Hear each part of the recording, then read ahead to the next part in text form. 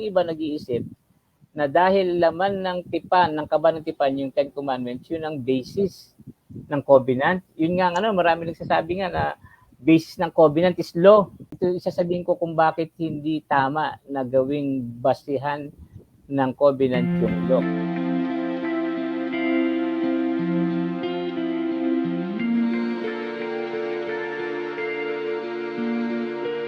So dapat po nating maunawaan na yung new covenant, ang basis noon yung pangako ng Diyos na mamamatay sa cross yung kanyang bugtong na anak at lahat ay magkakaroon ng buhay at justification, forgiveness of sins sa magitan ng kamatayan. May question, Sister Beth? May question lang ako sa inyong mga kapatid about sa laman ng kaba ng tipan. Okay lang po ba? Yes naman po. Okay. Maganda yan. Yung laman po ng kaba ng tipan, yung Ten Commandments. Okay. Siguro, magandang na rin yan, na actually may iba pang laman yun. Nandun yung mana, nandun yung tungkod ni Aaron, pero yung talagang original na content doon, yung Ten Commandments. At yung iba nag-iisip na dahil laman ng tipan, ng kaba ng tipan, yung Ten Commandments, yun ang basis ng covenant. Yun nga, marami nagsasabi nga na basis ng covenant is law. Actually, Mark Paul, yung Old Covenant, ang basis niya is law. Kasi ang nangyari sa mga Hudyo, ang na-experience nila, akala nila yung sentro ng kanilang pananampalataya ay law.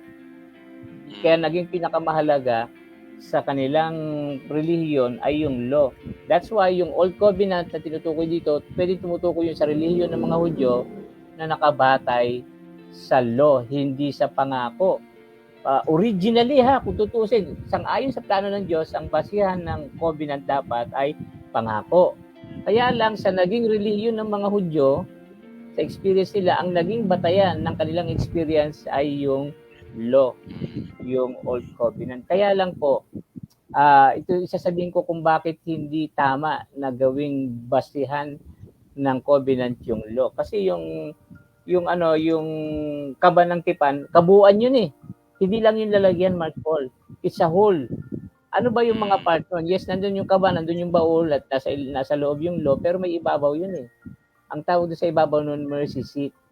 At yung mercy seat, may dalawang anghel na nagsasalubong yung mga pakpak.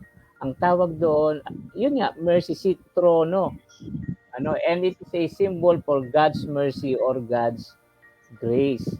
So, yun ang buong batayan. Yun ang kabuuan ng batayan ng covenant. Hindi lang yung Ten Commandments, kundi yung buong kaban. Kasama yung mercy seat, kasama yung Ten Commandments. Ngayon, Mark Paul, yung mercy seat, mas mataas siya kaysa sa law. Yes, nandun yung law, pero mas mataas yung mercy seat. Nangingibabaw. Mahalaga yun eh. Ibig sabihin, sa religious experience natin, dapat mas mataas yung grace o yung mercy kaysa sa law.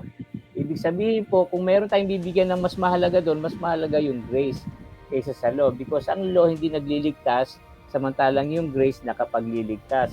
Yes, nandun pa rin yung law. Dapat pa rin meron tayong obedience, merong katotohanan sa experience natin, pero nangingibabaw kasi yung mercy seat kaysa sa law. Sa ating experience, masisave tayo ng mercy, pero hindi tayo masisave ng law. At saka, Mark Paul, kung titingnan mo yung kaba ng tipan, ano ang makikita mo? Ang makikita mo yung mercy seat. Kasi nasa ibabaw siya. Yung law, hindi mo makikita dahil nasa loob eh. Ibig sabihin, sa experience ng isang Kristiyano, itong interpretasyon ko doon, ako bilang Kristiyano, kung titingnan ako ng ibang tao, dapat, kung mapapakinggan nila ako, dapat ang maririnig nila sa akin, mercy, grace. Okay? Pero yung law, nasa puso ko pa rin. Ibig sabihin, sinasa kabuhayan ko yung law. So, paano nila malalaman na sumusunod ako sa law? Nakikita nila sa buhay ko, hindi sa pagitan ng paririnig sa bibig ko, hindi ko pinapangaral, kundi sinasa kabuhayan ko. So, paano nila malalaman na nangingilin ako ng Sabat? Pag Sabado, nakikita nila, sisimba ko, yun. Yun, andun, makikita nila na nandun pa rin yung law. Okay? So, the basis of the new covenant is God's promise, God's grace, and not law. Yung Old Covenant, ang batayan noon ay yung law.